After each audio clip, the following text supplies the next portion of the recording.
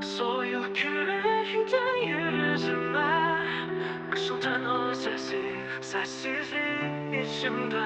Hər addımda qan izi qalır, hisslərim donub, içim yanır. Gecə sakitcər yuxuda, bir tək mənəm bu küçədə, hava buzda. Əllərim cibdə, nəfəsim buxar, küçə işıqlar yanır uzaqdan. Dostlar itir, sevgi soyur, bu havada kim ürəyini qoruyur? Soyuq küçə, səssiz hava, düşünürəm səni hər addımda.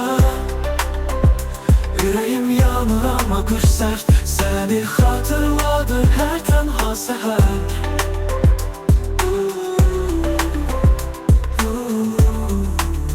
Qar dənələri düşür sanki ritmə, sözlərim ağır bükülür içimdə.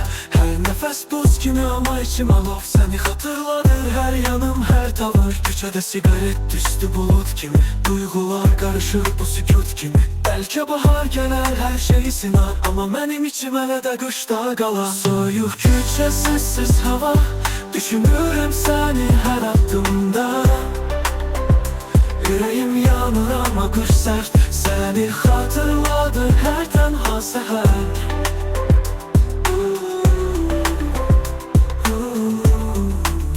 Qar yağır amma içim yanır, soyuq gecələrdə adın qalıb. Hər nəfəsdə səni çağırıram, amma səsim bu dumanla qarışır.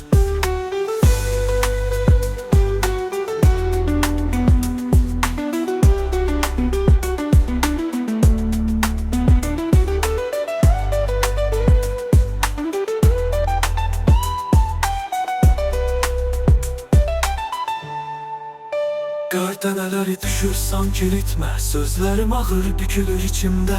Hər nəfəs buz kimi amma içim alov, səni xatırladır hər yanım, hər tavır. Qar dənələri düşür sanki ritmə, sözlərim ağır bükülür içimdə. Hər nəfəs buz kimi amma qış sərt, səni xatırladır hər tənha səhər. Qar yağır amma içim yanır, soyuq gecələrdə adın qalır.